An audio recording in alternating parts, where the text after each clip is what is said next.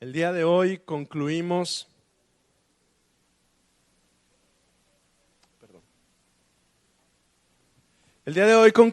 esta serie de mensajes que en los cuales hemos meditado usted y yo durante las últimas semanas. Y hay una palabra clave que ha estado en nuestra mente durante las últimas semanas, y la palabra es dar. Es una palabra muy sencillita, cortititita, ¿verdad? Pero qué complejo es dar. Qué complejo es dar. ¿Sabe por qué es complejo dar? Porque cuando hablamos de dar y de generosidad, no estamos hablando de tomarlo de alguien más y repartirlo. Estamos hablando de nosotros mismos. Estamos hablando de tomar algo nuestro que nos pertenece, que es de nuestra vida, para lo cual hemos luchado y nos hemos esforzado tanto, y desprendernos de eso para dárselo a alguien más. Oiga, es complicado, ¿no es cierto? ¿O soy el único que batalla con eso? Oiga, usted hoy se ve muy guapo, muy piadoso, y capaz si soy el único pecador que lucha, ¿verdad?, con la generosidad. Pero no, luchamos con ello.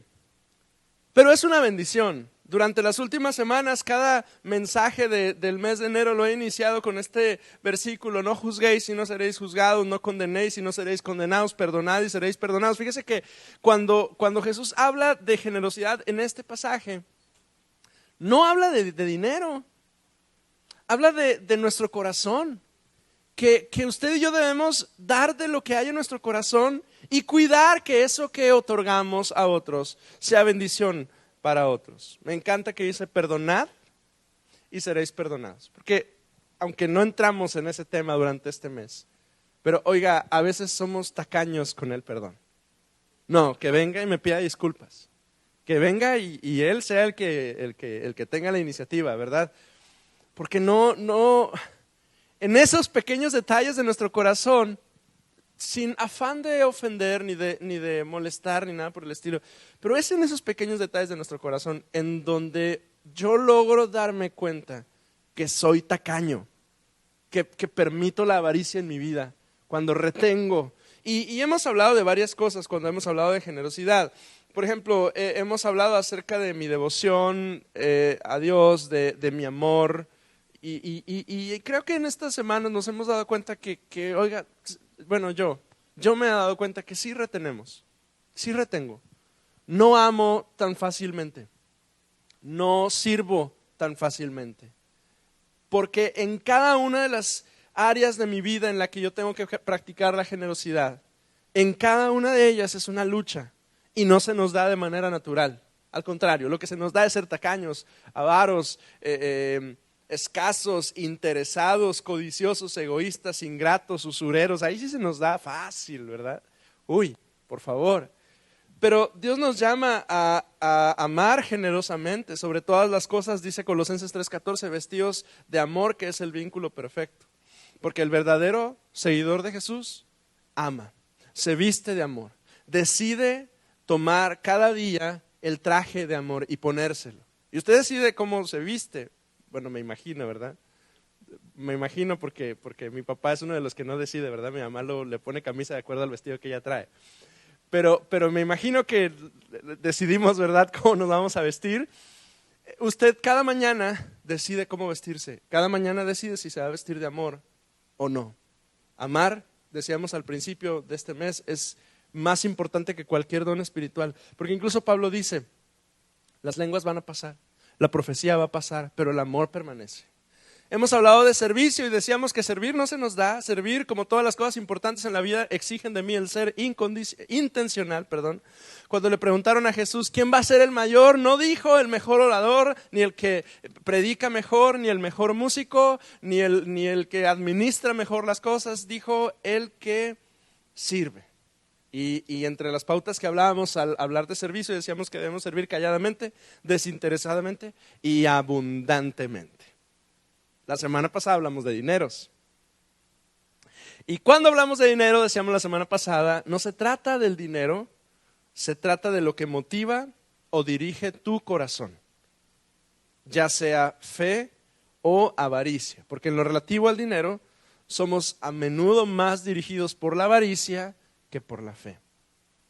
Y de pronto, el examen que podemos hacernos en lo relativo a nuestra vida financiera es ¿qué tanto escuchamos en nuestra conversación? ¿Qué tanto, fíjese, qué tanto los nuestros escuchan de nosotros? Porque esto no siempre nos damos cuenta, pero los que están alrededor de nosotros, eso sí se dan cuenta. ¿Qué tanto escuchan de nosotros no me alcanza? Si hay muchos no me alcanza en su vida, algo no está saliendo bien. Algo hay que ajustar, algo hay que arreglar. Y además de poner en práctica los principios de la buena administración financiera, sí, además de ello, porque por Dios, no gaste más de lo que gana, no se endeude, no adquiera compromisos innecesarios, no trate de tener una vida distinta a la que usted es financieramente capaz de solventar. Pero además de todo eso que quisiera yo decir que es sentido común, aunque a veces no tenemos mucho sentido común en lo que respecta a nuestras finanzas. Además de todo eso, la semana pasada yo compartía principios espirituales para vivir en la bendición de Dios y yo le decía, dale a Dios lo primero y lo mejor y toma, como yo he tomado y mi familia, la decisión de diezmar, ofrendar y ayudar. Y vivir mi fe en mis decisiones financieras. Porque decía yo, lo que amo se ve reflejado en mi agenda y en mi cartera. Ahí se nota. Si usted quiere saber qué es lo que ama una persona, pídale su estado de cuenta de su tarjeta de crédito y ahí va a ver lo que ama. Ahí se va a notar. O pídale su balance de gastos totales y ahí se va a notar perfectamente. Si yo digo que amo a Dios, yo debo hacer a Dios parte de mis decisiones financieras. Ya no le voy a golpear con eso, se lo prometo.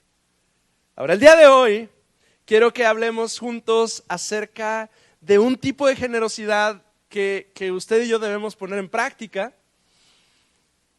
Y hoy quiero que hablemos acerca de la generosidad que el cristiano debe tener con el mensaje. Generosidad con el mensaje. El mensaje. ¿Cuál mensaje? La iglesia, amados, la iglesia es portadora de un tesoro invaluable, que no es un objeto, que no se ve, que no se puede tocar, es una cosa intangible. Los grandes valuadores no lo comprenden. Este tesoro del cual usted y yo somos portadores no cotiza en la bolsa. Usted no puede invertir sus ahorros en él, pero este tesoro que la iglesia poseemos es lo más valioso que ha sido entregado de parte de Dios a la humanidad. Y es el Evangelio.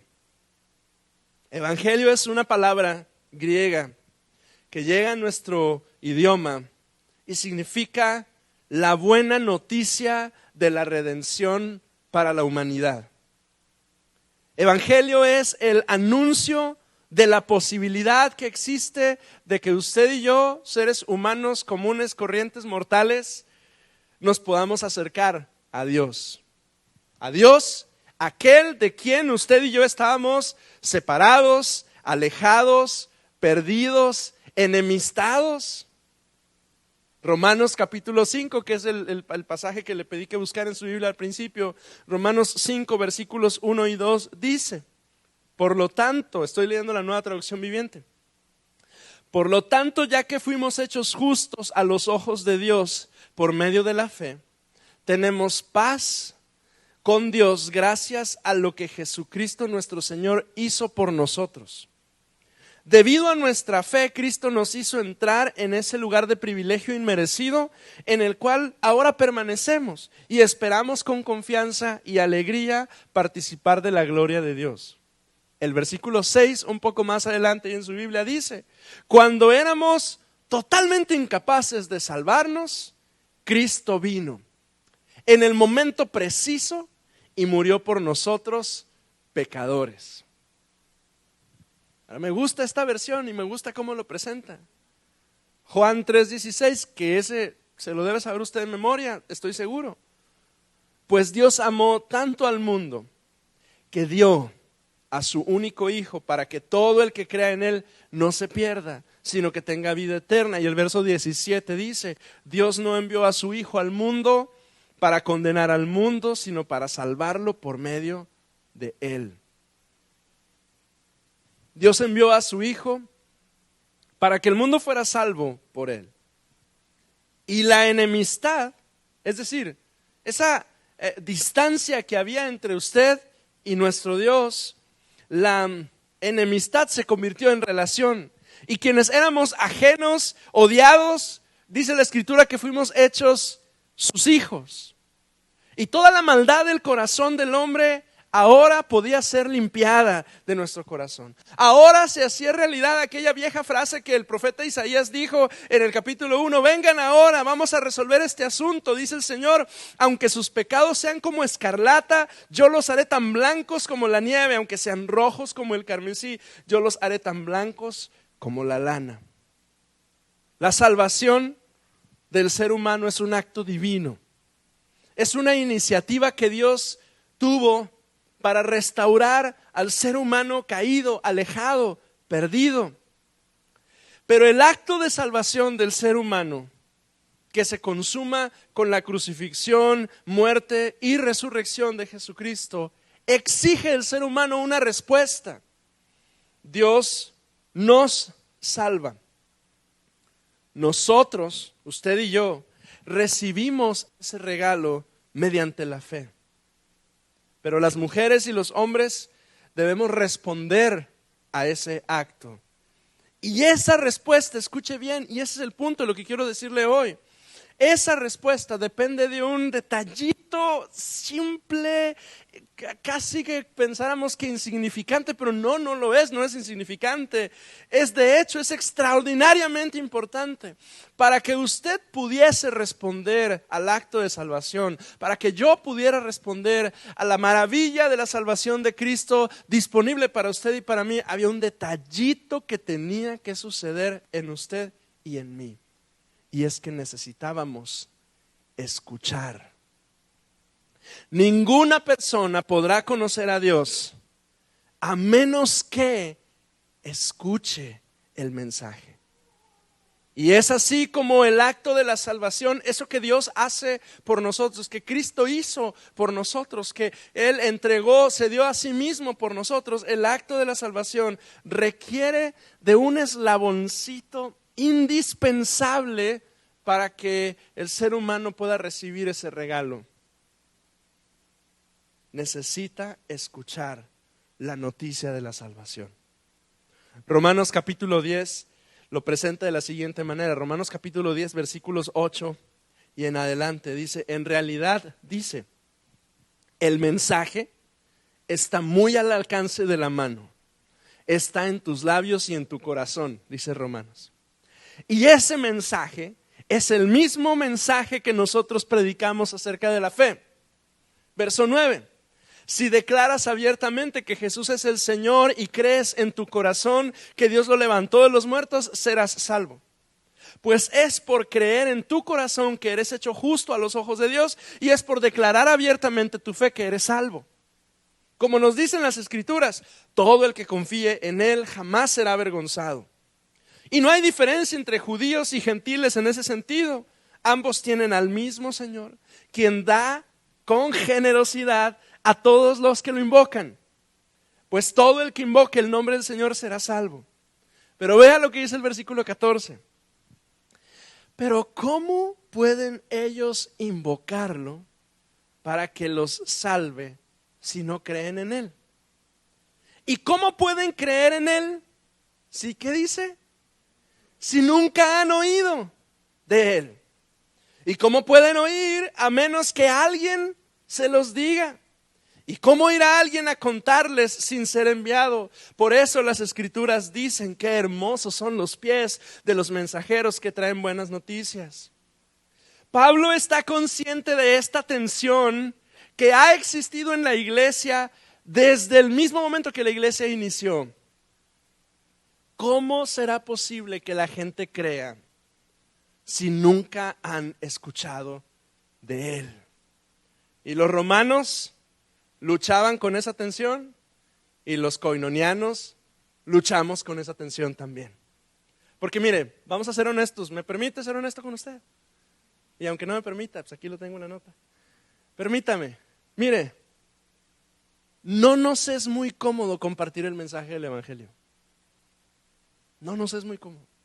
De hecho, nos es difícil, nos es complicado, nos es incómodo para algunos de nosotros. Mire, y es una ironía porque lo hemos recibido, nos han enseñado, lo creemos, nos congregamos como una parte de nuestra agenda semanal, pero por alguna razón, y probablemente tiene que ver con el bombardeo de filosofías que apartan a la gente de Dios y que está al alcance de una pantalla en nuestra mano, por alguna razón nos incomoda el hablar de eso que usted y yo creemos. Y aquí en estas cuatro paredes, en estas sillas cómodas, con el clima prendido, es fácil decir, sí, yo soy de Cristo y yo le pertenezco a Él y bien padre y canto y aplaudo y demás. Pero en el mundo, allá afuera, cuando se da una conversación, de esas conversaciones que a veces usted y yo tenemos, en las que se da una oportunidad de que usted pueda decir un poquito de su fe, ahí ya no es tan fácil. Ahí hasta nos sentimos comprometidos. Ahí hasta decimos, ay, ¿qué va a decir? ¿Qué va a pensar? ¿Cómo será? Y si digo y me comprometo, porque por supuesto, hablar de nuestra fe nos compromete. Decir, proclamar eso que usted y yo creemos, que aquí es muy fácil, pero allá afuera con sus compañeros de trabajo, en la carne asada de sus cuates, ahí lo compromete, por supuesto, y ahí se pone difícil hablar de nuestra fe. En un mundo donde debemos ser tolerantes con las distintas maneras de pensar, donde convivimos con muchas fees, porque ya no es una sola fe. Ya crecí en un pueblito donde todo el mundo era católico y el contraste era, ¿eres católico o no lo eres? Y hoy, 30 años después de eso, ya no solo hay católicos, ya hay una variedad increíble de fees. Y de gente que piensa y cree y dice y vive de diferentes formas. Hoy cuando convivimos con muchas fees, varias de ellas distintas a la nuestra, viviendo en ambientes laicos seculares que casi nos prohíben hablar de Dios y de nuestra fe, el problema es que nosotros nos hemos acomodado a no hablar de fe y de Dios con aquellos que nos rodean. Y nos hemos hecho omisos a una responsabilidad de alta importancia. Usted y yo, iglesia, somos los portadores del mensaje de Cristo. Nosotros, eche un vistazo a sus hermanos que están hoy con ustedes, somos un montón, qué bendición. Mírelos tantito, vea su rostro, yo sé que los conoce, algunos no los conoce, por eso quiero que los vea, porque al final quiero pedirle que los salude amablemente. Somos nosotros los portadores del mensaje. No me veas solamente a mí, porque alguien puede decir, pues tú eres el pastor, tú eres el predicador, tu responsabilidad es hacer eso que estás diciendo, es más, hasta te pagan por eso. No, es que no solo es mía, es de ustedes, es una responsabilidad compartida y es tan importante que lo entendamos. Ayer compartí con los muchachos, ayer nuestros jóvenes tuvieron una reunión de varias iglesias aquí y tuve la oportunidad de compartir con ellos y yo les decía, nuestro Dios es un Dios generacional. El Salmo 145 dice que cada generación cuente a sus hijos de tus poderosos actos y que proclamen tu poder. La versión Reina Valera 60, usted se la sabe de memoria, estoy seguro. Generación a generación celebrarán tus obras y anunciarán tus poderosos hechos. Y sabe, usted y yo somos los responsables de que nuestra generación y la siguiente generación conozcan al Señor. Y yo no sé si la frase es suficientemente poderosa o suficientemente impactante para usted, pero escucho yo eso y se me cae el pantalón de miedo. Y le voy a decir por qué. Porque yo no sé si estamos siendo eficaces en ayudar a nuestra generación a que conozca a Cristo. O sea, mi generación son los treintones, o sea, Jonathan, Uciel, Paco, Fabo, no, Fabo no, yo también, esa es mi generación, los que están en los de mi tiempo. Y yo no sé si estoy, porque esto es personal, si estoy siendo eficaz. Pero ¿sabe dónde más me da miedo? Los que siguen. ¡Qué miedo! Y si, que le dé temor y temblor, hermano, hermana. Porque están mis hijos aprendiendo a seguir y amar al Señor. Hace unos días, Lorena y yo íbamos escuchando una predicación acerca del libro de Daniel y de Daniel y sus amigos y cómo ellos buscaron al Señor. Tendrían 12, 13 años y Lorena y yo platicábamos y decíamos, si Agustín nos lo arrancaran de nosotros y ya no tuviéramos contacto con él por alguna tragedia, ¿Agustín seguiría en la fe? Lo que hemos hecho con él, como le hemos enseñado a seguir al Señor, ¿será suficiente para que no sea parte de Cristo? Me temo que de pronto no comprendemos esa responsabilidad tan valiosa. Y no es algo etéreo, algo así, es algo real. Le toca a usted, me toca a mí, tomar la responsabilidad de los nuestros y de los que siguen, de que conozcan a Cristo. Mire, Lucas capítulo 10 dice después, Lucas capítulo 10 versículo 1, es un momento en el que Jesús le da una encomienda a sus discípulos. Y este pasaje de Lucas capítulo 10 versículo 1 y en adelante es muy especial porque a menudo nos encontramos con Jesús dándole instrucciones a sus 12. O sea, a Pedro, Juan, Mateo, Tomás, los Judas, todos ellos, ¿verdad?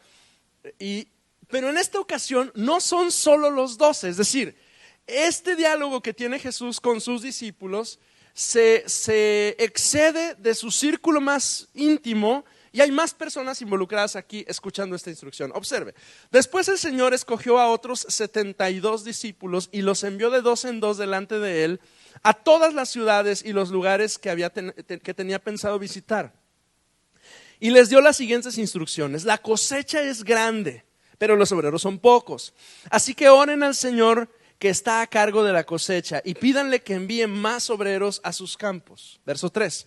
Ahora vayan y recuerden que los envío como ovejas en medio de lobos. No lleven con ustedes nada de dinero, ni bolso de viaje, ni un par de sandalias de repuesto, y no se detengan a saludar a nadie por el camino. Pero vea lo que dice el versículo 8.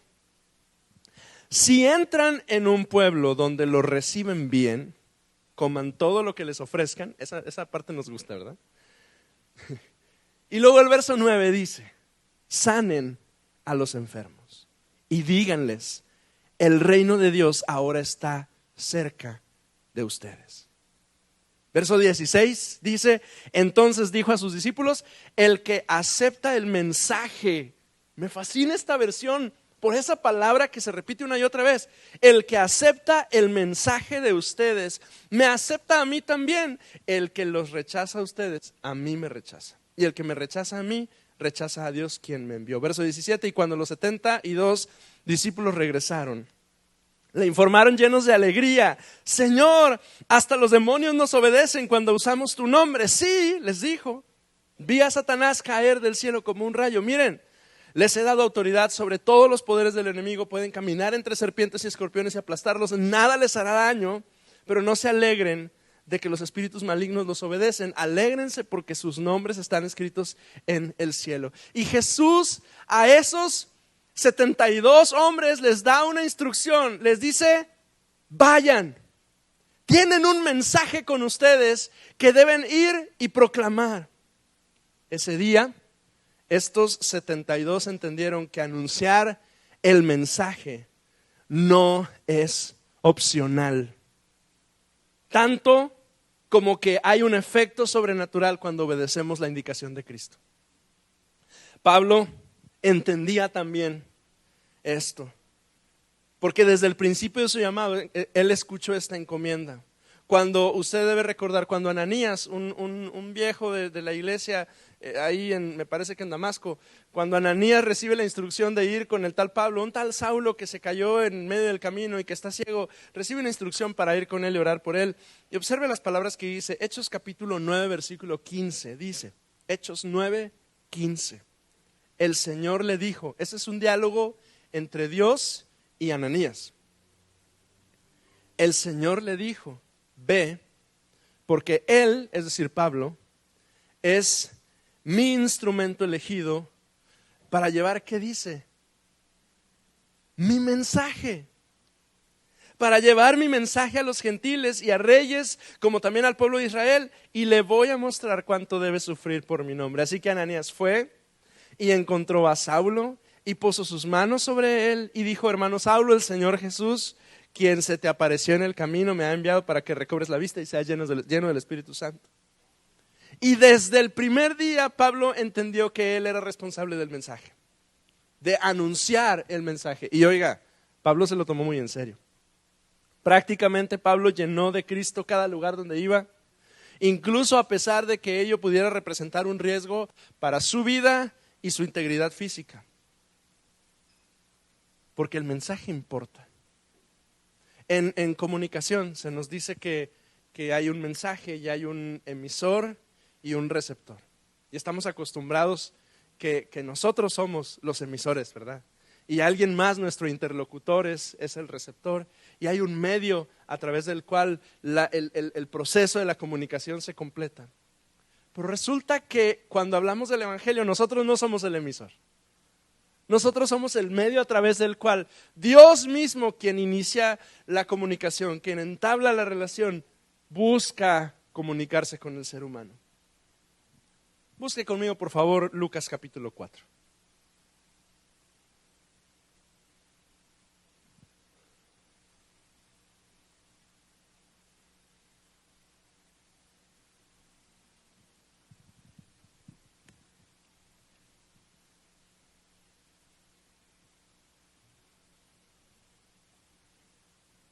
Lucas capítulo 4, versículo 16, dice la Escritura, cuando llegó a Nazaret, la aldea donde creció, fue como de costumbre a la sinagoga el día de descanso y se puso en pie para leer las Escrituras.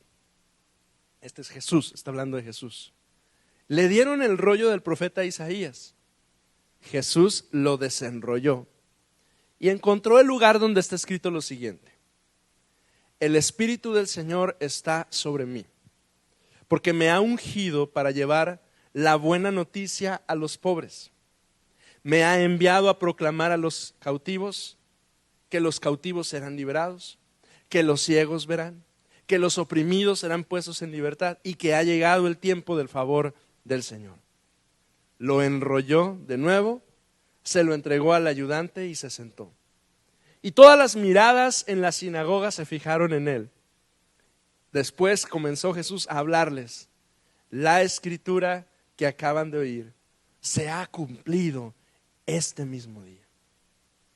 Jesús está resignificando este pasaje de Isaías. Y esas palabras, amado, amada, siguen vigentes. Y el Espíritu sigue enviando a su pueblo para proclamar ese mensaje. El acto de salvación requiere del acto de anunciar, para que hombres, mujeres, familias sean restaurados por el poder de Cristo, así como usted una vez fue restaurado por el poder de Cristo. No lo uno sin lo otro. El acto de Dios está completo, pero la reacción de la iglesia sigue siendo necesaria. Y yo quiero decirle hoy, amado, amada, no retengas el mensaje del Evangelio. No retengas el mensaje del Evangelio. Hoy quiero animarte a dar con generosidad aquello que tú has experimentado de Dios. Aquella obra transformadora que Dios ha hecho en ti y en tu esposo y en tu esposa y en tus hijos. Eso que tú has vivido de Dios tan real, tan auténtico, tan genuino, que es imposible negar que es Dios que obró en tu vida y que sigue obrando en tu vida. Eso que Él ha hecho, compártelo. Porque tú no tienes idea de lo que pueda estar pasando la persona que tienes junto a ti. Pero tú sí sabes el efecto que tiene la llegada de Cristo a tu vida. Porque vidas pueden ser transformadas, enfermos pueden ser sanados, cautivos pueden ser liberados, y lo único que tú tienes que hacer es dar el mensaje. Qué interesante que exactamente en el momento en el que Jesús está terminando una temporada de consagración, de ayuno, de apartarse, de prueba, porque Él fue probado. Así como algunos de nosotros que durante este mes nos consagramos al Señor fuimos probados, ¿o fui el único? No, ¿verdad? Dios estuvo trabajando durante todas estas semanas, estas 3 semanas con muchos de nosotros. Qué interesante que en el mismo momento en el que Él termina este tiempo de consagración, Él viene y recibe esta encomienda de ir.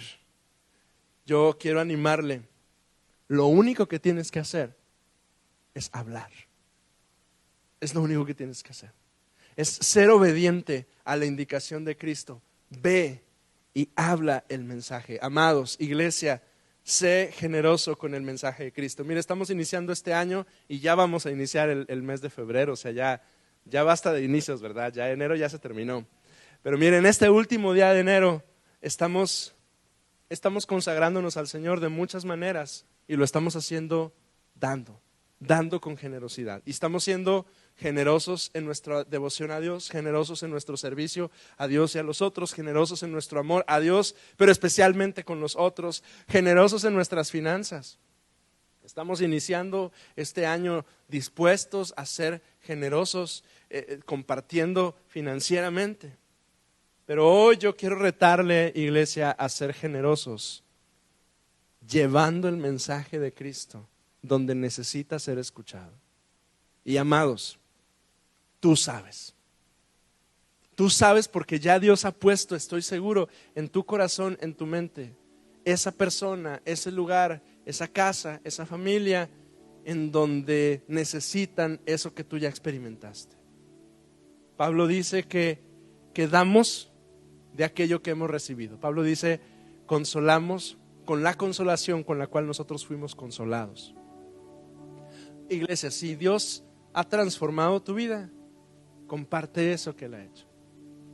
Si Dios sanó a alguno de tus hijos cuando eran pequeños, comparte eso que Él ha hecho. Si Dios salvó tu matrimonio del divorcio, comparte eso que Él ha hecho. Si Dios este año te libró de una crisis financiera, comparte eso que Él ha hecho. Si el Señor este año te pasó por el crisol de la enfermedad, pero estás saliendo de esa situación y estás viendo la mano de Dios contigo, comparte eso que Él ha hecho. Si el Señor este año no conocías realmente a Dios y este año lo empezaste a conocer, comparte eso. Sé generoso, no des a cuentagotas. Mire, la razón por la que yo me he tomado todo este mes para hablar de generosidad es que yo estoy seguro, estoy convencido de que Dios nos ha llamado a ser una iglesia generosa.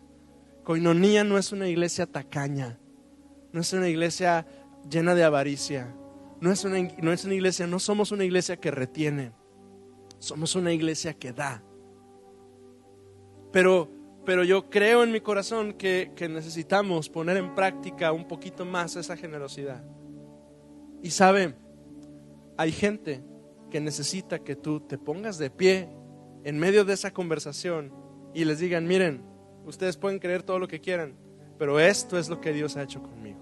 Esto es lo que ha pasado en mi vida, esto es lo que ha pasado en mi familia, y puede que tú pienses cualquier otra cosa, pero yo doy fe que esto que yo experimenté con Dios es real, porque eso es lo que compartimos. No compartimos un tratado teológico, no se trata de que te aprendas 15, 20, 30 versículos de la Biblia de memoria, porque luego a la hora de la hora se te van a olvidar, pero no se te olvida lo que Dios ha hecho.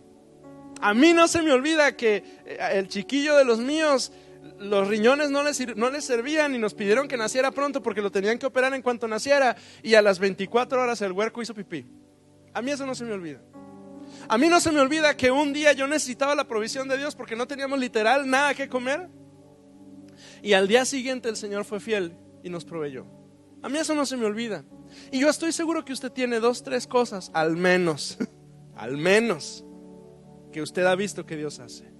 Ese es el mensaje que anunciamos, que si confesamos y declaramos y creemos, somos salvos. Pero ¿cómo? Pues invocarán en aquel en quien no han creído. ¿Y cómo creerán si no han oído? Y escucha, iglesia, ¿y cómo van a oír si tú no vas y compartes? Póngase de pie conmigo, por favor.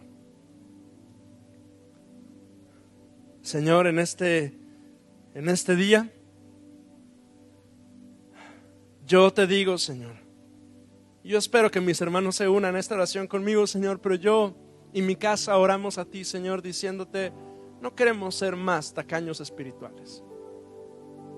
No queremos, Señor, vivir más en la avaricia, que no solo tiene que ver con el dinero, tiene que ver con retener de aquello que tú nos has dado y no permitir que otros puedan recibir a través de nosotros. Ya no más, Señor, ya no más. Ya no más, Señor, somos de los que retienen. Señor, tomamos la decisión de ser de los que dan generosamente, de lo recibido de tu mano, Señor, del amor que ha sido derramado en nosotros, de la bendición que ha sido derramada en nosotros, Señor, y de la gracia y de los milagros que tú has hecho en nuestras vidas, Señor. De eso damos y anunciamos, Dios, que el Dios en el que yo creo es tan real, entre nosotros, está tan presente en mi casa y en mi familia, Señor, que yo anuncio eso que tú has hecho. Y yo sé que mis hermanos se unen a esta oración, Señor, y juntos elevamos nuestras manos a ti y te decimos, Señor, no vamos a ser tacaños, no vamos a retener, no vamos a quedarnos con nada. Al contrario, Señor, vamos a dar generosamente, Señor, porque entendemos, Señor, que nos has llamado a proclamar tu mensaje. Ayúdanos, Señor, en el nombre de Cristo. Aleluya.